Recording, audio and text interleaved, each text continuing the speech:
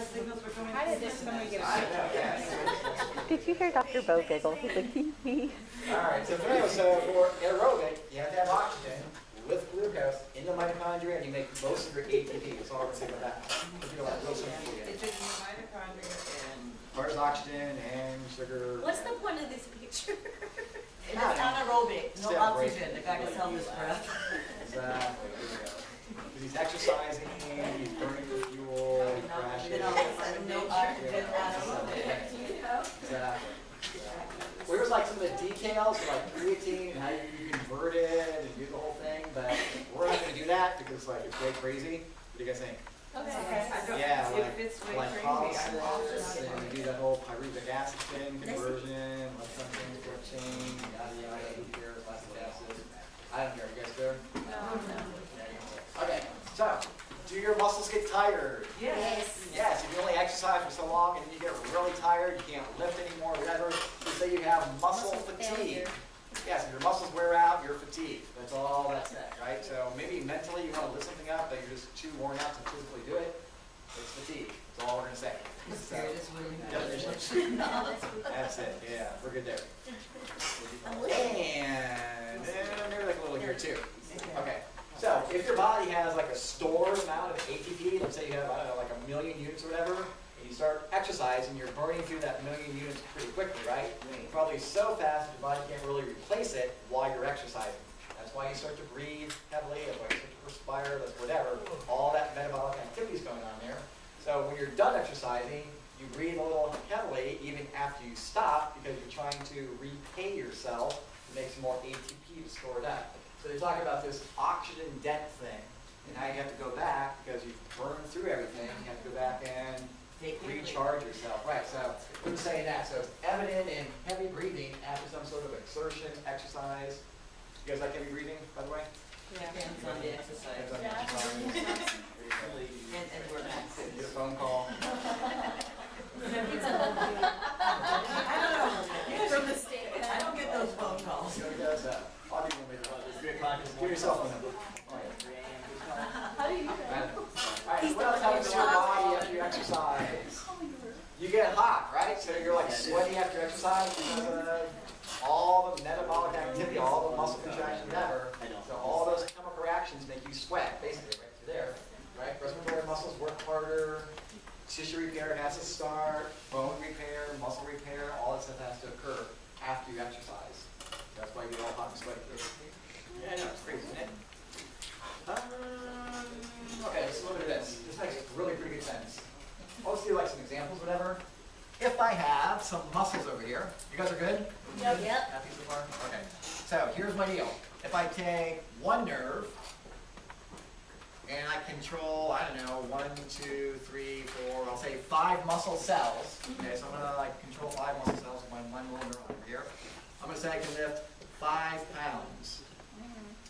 If I have another nerve cell over here, and it controls 10 muscle cells, I'm going to say it can lift 10 pounds. What do you guys think about that? Okay, so here's the deal. It says here that I have, so it says the total force of my contraction. That means, think about it as in like weight or tension or strength in a way that way. So tension means strength. So the total strength of my contraction depends on the total number of muscle fibers or muscle cells that are stimulated. If I stimulate 5 muscle cells, I can lift 5 pounds. If I stimulate 10, I can lift 10. So it's just saying the more cells I stimulate, the more strength I have. Make sense? Yep. The more people you have lifting the couch, sort of thing, right? The easier it is, you have more strength. Couch, I don't know, cell those refrigerators, right? Moving, okay, right. So the more help you have, right? Okay, so same thing here.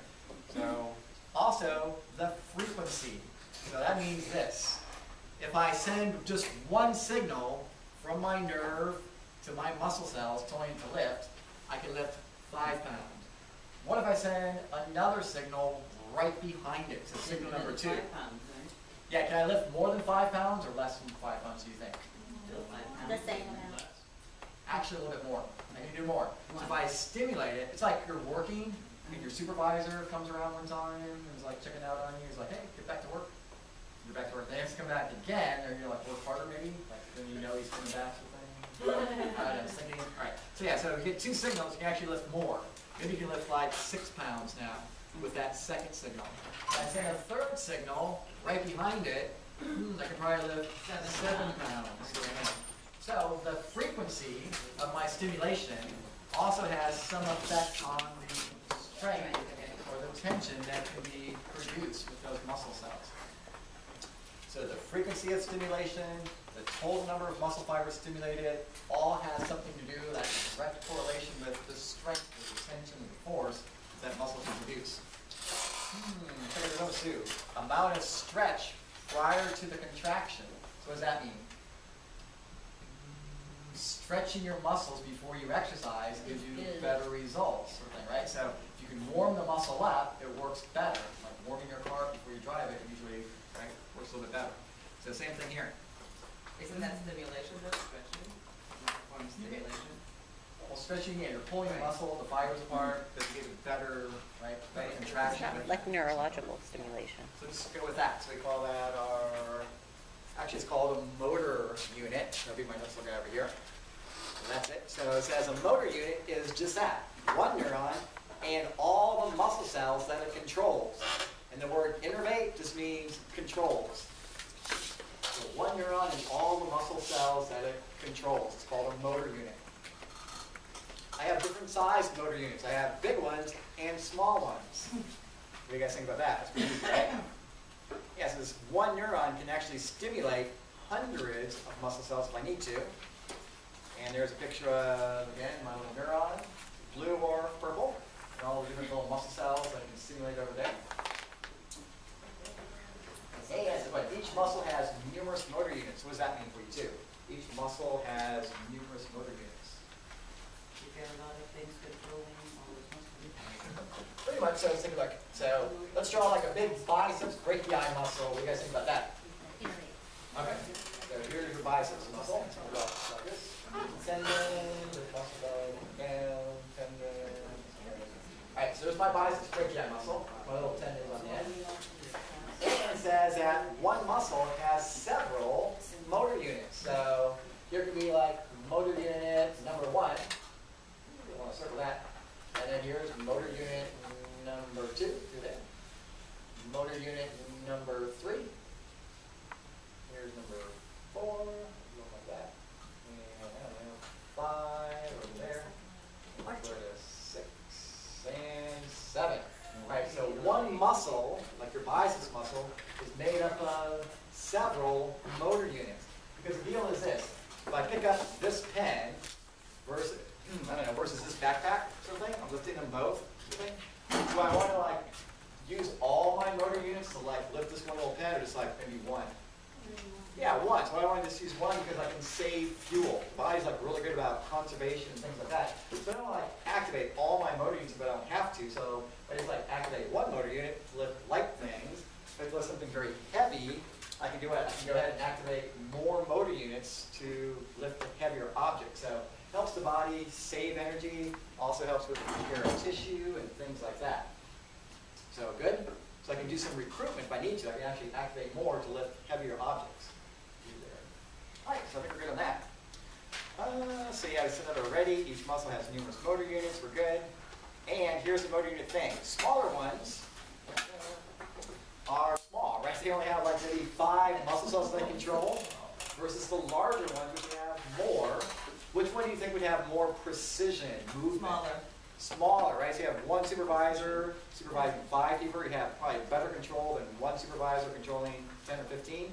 So yeah, there's more control there, more precision with the smaller motor unit. So you know that in the back of your head too, that a smaller motor unit is for very fine precision types of movements. So you're only activating a very few types of muscle cells, so therefore you can be very precise, like a surgeon's hand or whatever, something like that.